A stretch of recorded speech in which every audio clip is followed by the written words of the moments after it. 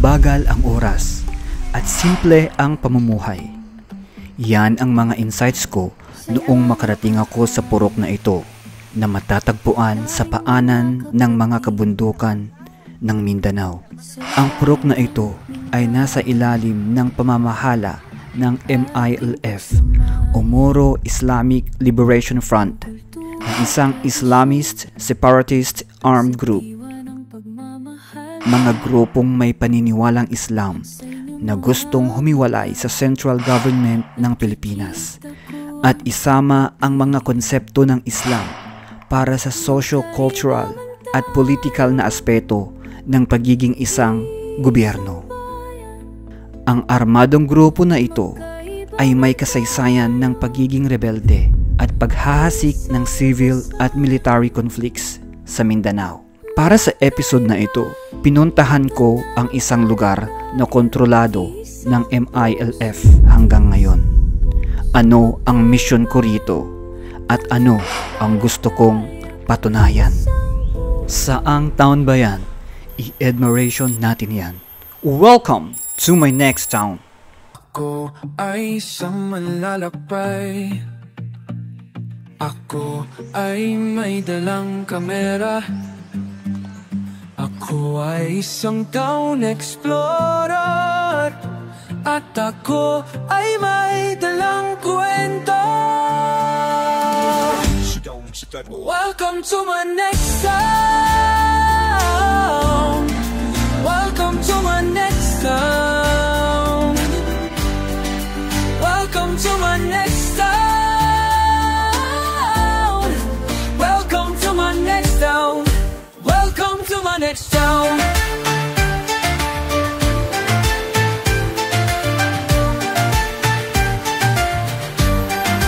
Welcome to my next town.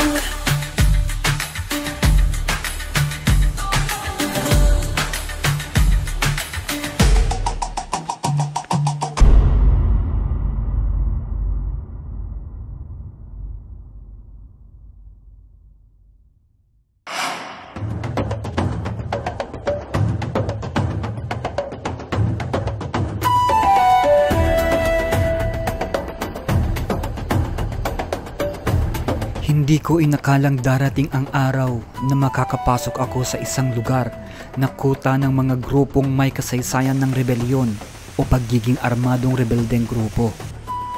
Ginawa ko ang episode na ito para sa mga Kristiyanong tulad ko na curious kung ano ang mga itsura ng isang lugar sa ilalim ng pamumuno ng MILF. Sa episode na ito, tuklasin natin ang isang teritoryo ng mga rebeldeng grupo.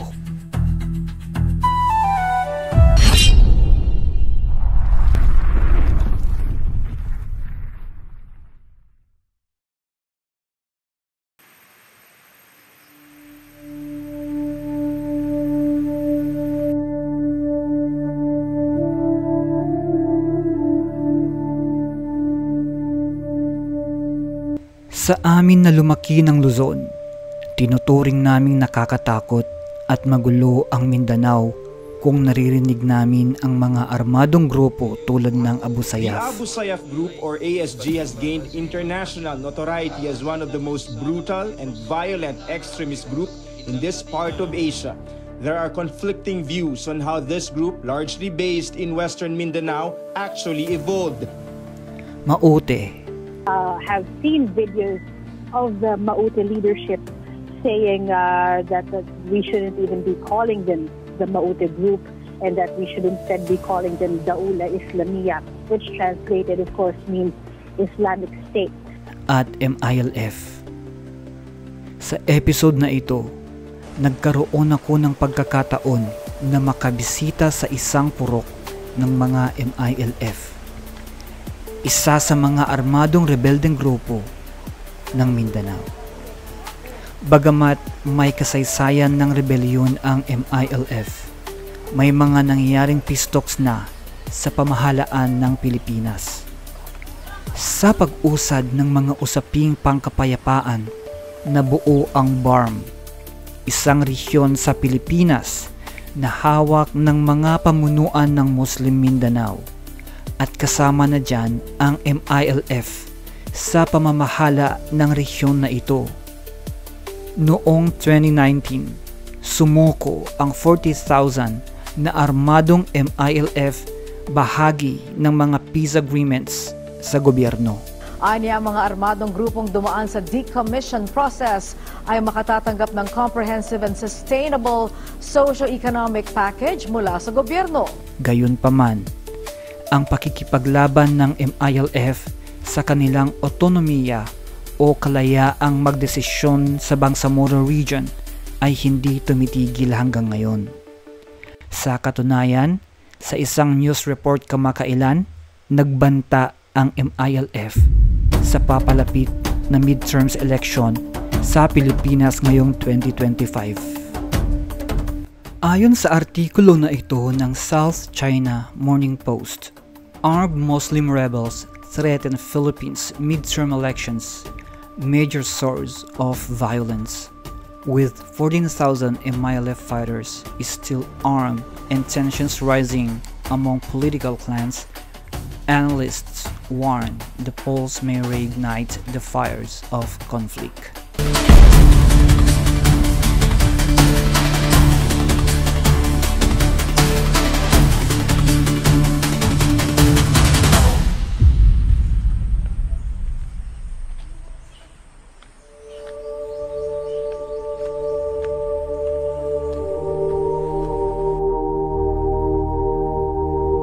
Ang adventure na ito ay nangyari sa Cotabato.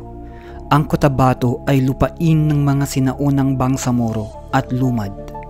Ngunit sa paglipas ng panahon, ang pagpasok ng mga migrants mula sa Luzon at Visayas ay isa sa mga naging dahilan upang magkaroon ng hindi pagkakaintindihan sa usapin ng ancestral domain o sa pag-aari ng mga lupaing ninuno.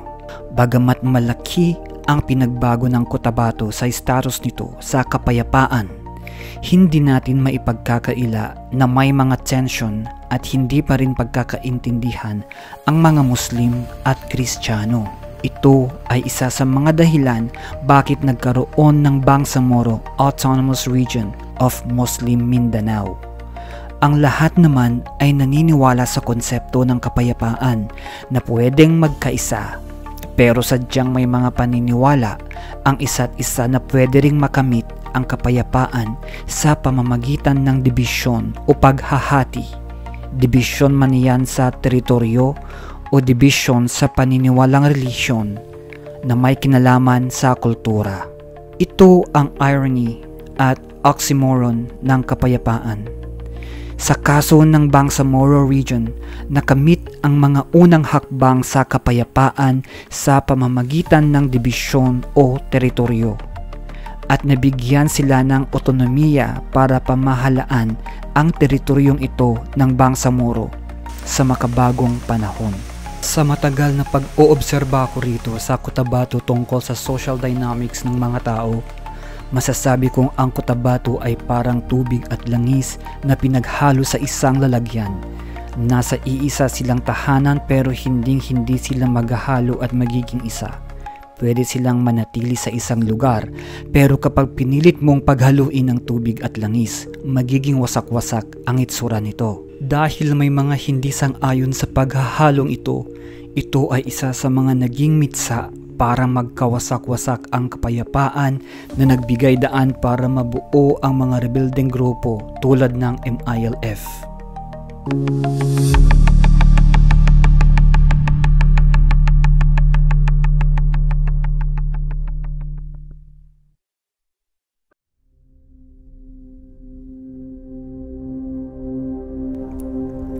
Nang dumating ako sa lugar na ito, isang puting estruktura sa paanan ng bundok ang aking nasilayan.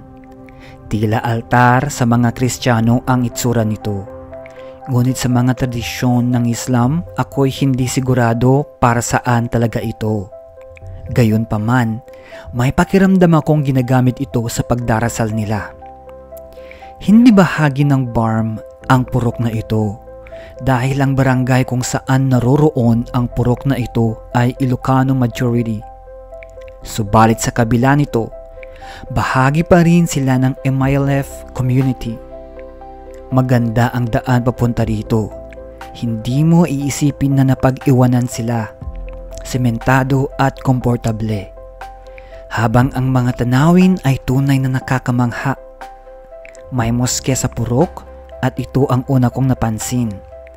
Kahit hindi ko ito nakuhanan ng video, ang ganda nito ay nakatatak sa aking isipan. Katulad din ito ng iba pang purok sa Pilipinas, ngunit kung lumaki ka sa Hilagang Luzon, makikita mo ang mga kakaibang elemento para sa mga batang Ilocano.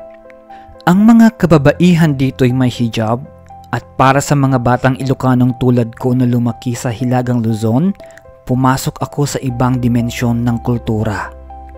Kahit may Muslim community man sa Ilocos, nag-blend na sila sa mga Ilocano. Kaya't hindi mo sila agad mahahalata. Nagsasalita na rin sila ng Ilocano. Sa purok na ito, damang-dama ko ang elementong pangkultura hindi pangkaraniwan sa Ilocos. Kasama na rin ang pagsasalita nila ng lengguwaheng Maguindanao. Sa komunidad na ito, napansin kong may broadband internet sila at ang mga poste ng kuryente ay umaabot pa sa mas malalim na bahagi ng kabundukan. May sari-sari store din, nagpapakita ng kanilang kulturang Pilipino at ang komunidad na ito ay 30 minuto mula sa sentro ng Kabakan. Hindi naiiba ang pisikal na anyo ng purok. Pilipinas na Pilipinas ang itsura. May mga sementadong bahay at meron ding gawa sa kahoy. May bahay din na may sasakyan.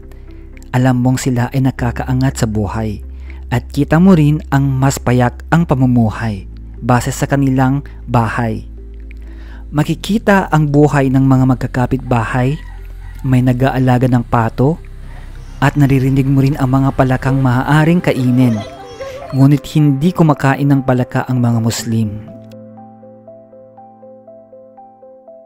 Para sa aming mga Ilocano, ang purok na ito ay isang gold mine ng palakang pwedeng kainin.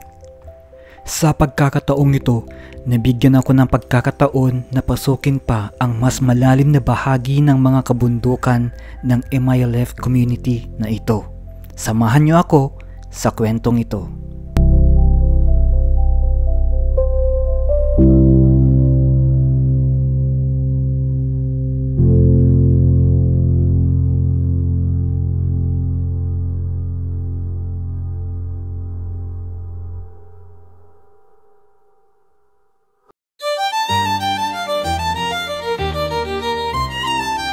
This is a place you won't usually find on any tourist map. It is a village controlled by Islamist rebels, governed under Sharia law, and shrouded in mystery. For this story, I ventured into one of the Philippines' most misunderstood territories.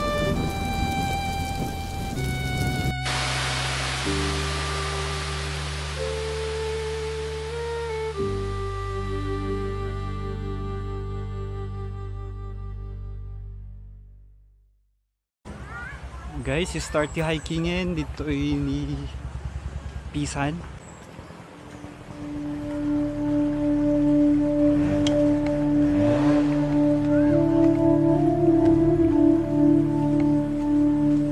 Ang lugar na pinuntahan ko ay hindi bukas sa publiko sa maraming taon. Isang dahilan dito ay ang pagiging kontrolado nito ng mga rebeldeng grupo. Sa mga nakaraang taon, maituturing na kalaban ng gobyerno ang mga grupong ito. Pagkatapos ng mga negosasyon at usaping pangkapayapaan sa pagitan ng MILF at ng gobyerno na naganap sa maraming pagkakataon sa mga nakalipas na panahon, ang apoy at tensyon sa conflict zone na ito ay pansamantalang tumigil. Pagdating ko sa sentro ng purok na ito, may trail akong napansin na papasok pa sa kabundukan. Nakita kong ang trail na ito ay napapaligiran din ng mga bahay. Ang isa sa mga dahilan ng pagbisita ko sa lugar na ito ay para palawakin ang aking pag-unawa sa isang teritoryo na pinamumunuan ng mga rebeldeng grupo. Hindi ako pumunta rito para mag-sensationalize. Ngunit nandito ako para makinig sa kanilang mga kwento. Klaruhin ko lang, hindi ito isang bakasyon. Ang teritoryong ito ay pabugso-bugso ang katayuan. Maaaring bukas ito sa publiko ngayon, pero maaaring bukas ay isara ulit. Nasabi ko nga kanina na ito ay kontrolado ng mga armadong grupo. Magiging honest ako sa nararamdaman ko. Kahit maraming mga bisita na ang nakapunta rito, hindi ko pa rin maiwasang magkaroon ng pangamba na ilabas ang aking mga kamera para kumuha ng video. Iniisip ko rin na may mga nag-oobserba sa mga galawan ko dahil nga may mga dala akong kamera. Salungat sa mga media stereotypes, ang araw-araw na pamumuhay dito ay hindi nakasentro sa conflicts o tunggalian. Ang araw-araw na pamumuhay rito ay umiikot sa daily survival, pananampalataya at pamumuhay sa isang realidad na maaaring hindi maintindihan ng ilan sa mga outsiders na tulad natin.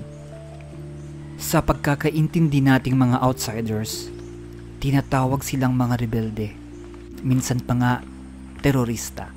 Sa mga bansang kanluran, tinatawag silang radicals.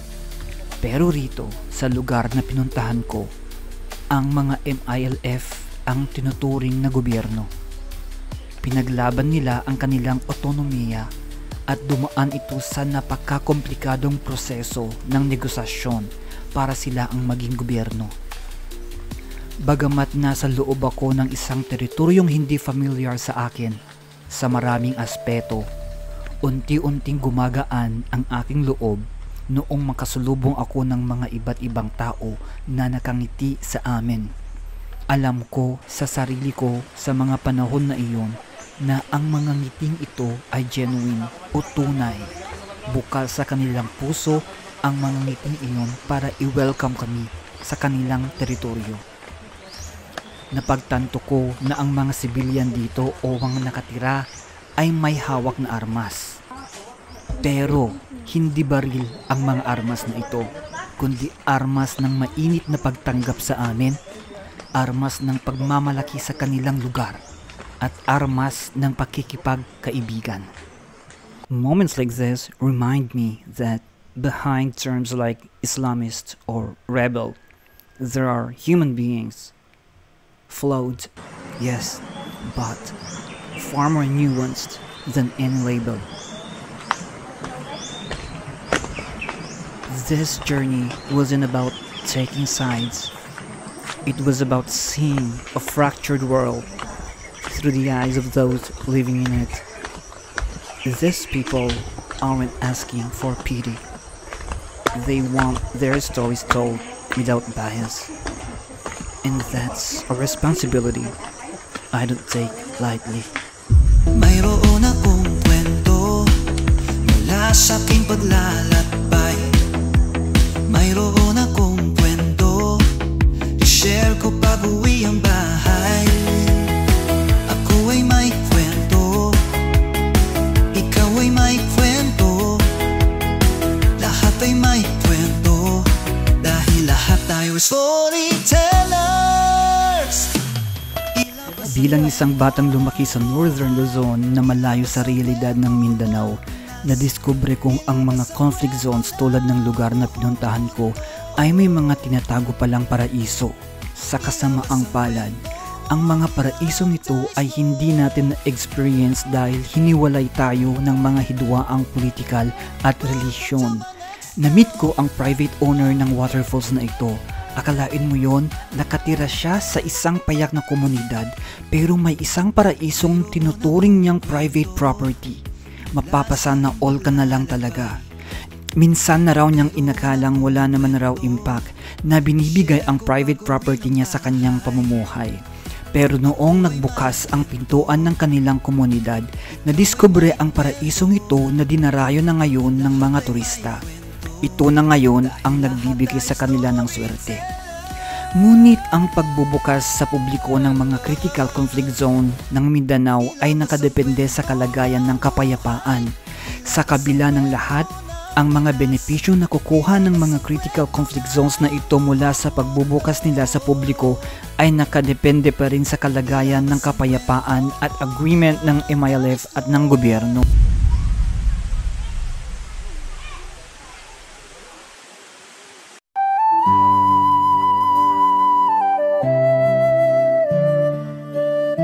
Bilang isang outsider, nalaman kong ang mga sibilyan sa komunidad na ito ay mga normal din na Filipino na gaya ko.